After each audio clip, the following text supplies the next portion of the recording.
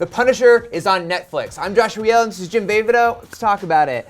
Of course, we got him in Daredevil Season 2, and this is spinning out of that. He's getting its own show on Netflix. We have some thoughts on this. Some good thoughts, and just a couple of bad things that we're a little worried about. But first, to start off positive, what are your thoughts? I think it's very exciting. Obviously, the fans have wanted this almost since the time they announced Jon Bernthal was playing him. Everyone's in agreement. He kicked ass as Punisher. He was great. You want to see more of him. And then the fact that the showrunner, I think Steve Lightfoot, who had worked on Hannibal, quality show. A lot of fans here at IGN of that. Another good sign. And so far, we've really liked all the Marvel Netflix stuff. So, yeah, let's have it. Let's have another one. Yeah, I just was never a fan. I kind of liked the Punisher movies, but not for like good reasons, you know? It's like you're kind of liking a bad movie. And so when I saw him on Netflix, I felt like he finally got the time that Punisher deserved and that needed to really unpack that character, because there's a lot going on there. Yeah, because the Punisher, most people on the surface just want to see him shoot people, right, and make things explode. But really, he's a really deep character. He's got a lot going on. So I always figured that TV is the better format for him. We get multiple episodes to really understand this like crazy psychopath who's actually on our side. Yeah, no, I mean, I do feel like Netflix obviously served him better than he had 3 feature films and struck out each time. None of them were good.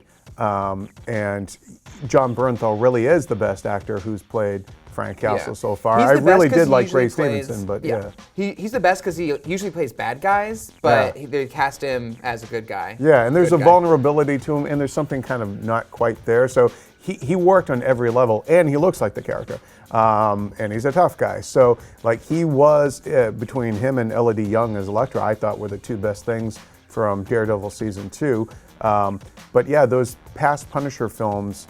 And this is part of why I'm concerned about this Netflix show, is that, he had 3 times of full stories of just Frank Castle, and they never quite worked. And I'm just of the opinion that Punisher, like Hulk in the movies, smaller doses is better, less is more.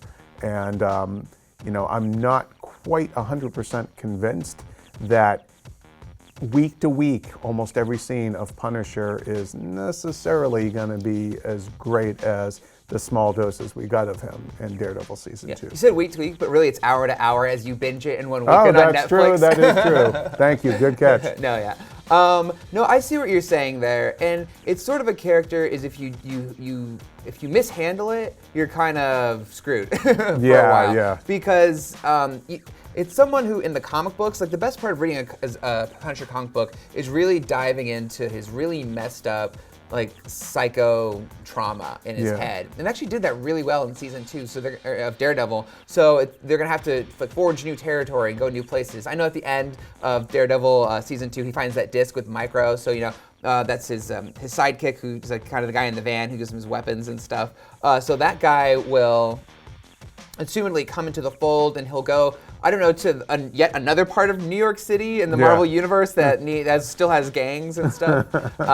So it's interesting to see where they're going to take him and how he's going to fit in. I'm assuming that he's now going to be added to the Defenders, because we already have don't know. I mean, but it would be interesting. It would be. I kind of want to see the Defenders try to all take him down. I mean, didn't Daredevil already take him down? But come on, now he's. I don't know. I mean, it would be interesting to see him. I mean, part of the thing that made Daredevil Season 2 work so well was the thematically and sort of psychologically asking the question of how far should a hero go? Well, we know how far Punisher goes. Yeah. So, I mean, episode to episode, I really don't know if I just want to see a Death Wish movie every episode. Like, what is he going to go up against that will make him question things, make him grow as a character? Yeah, the Daredevil was a great counter to him because he kept him in check, and then it was that great argument of whose type of justice is the best. What you just said there made me think of a comic book run by Greg Rucka where there was a female Punisher who like was sort of his partner.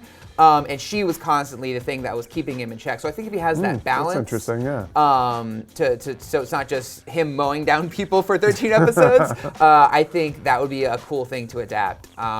Any final thoughts on this? I think a lot of it just depends on the storytelling, on who the villain is, what is the challenge, how does Frank Castle evolve as a character. Sorry, fanboys, it's not just about shoot 'em ups.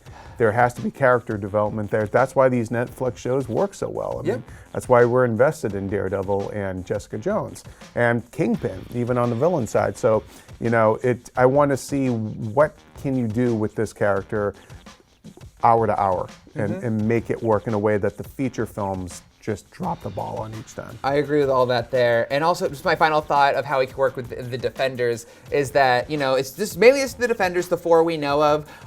And then towards the end, they're like, gosh, we really need some extra muscle, kind of like needing the Hulk, like you were saying. They're like, call him the Punisher. And he's just there for one episode and he helps them out. And he's like, I'm out. I got some other people to kill. He just kills everyone and leaves. And then they go and get shawarma. Yeah. There we go. And that's how it ends. Like Iron Man told me this place was great. Yeah, so those are our thoughts on Punisher finally getting a Netflix series. Let us know your thoughts in the comments. And for all things on the Punisher, keep it here on IGN.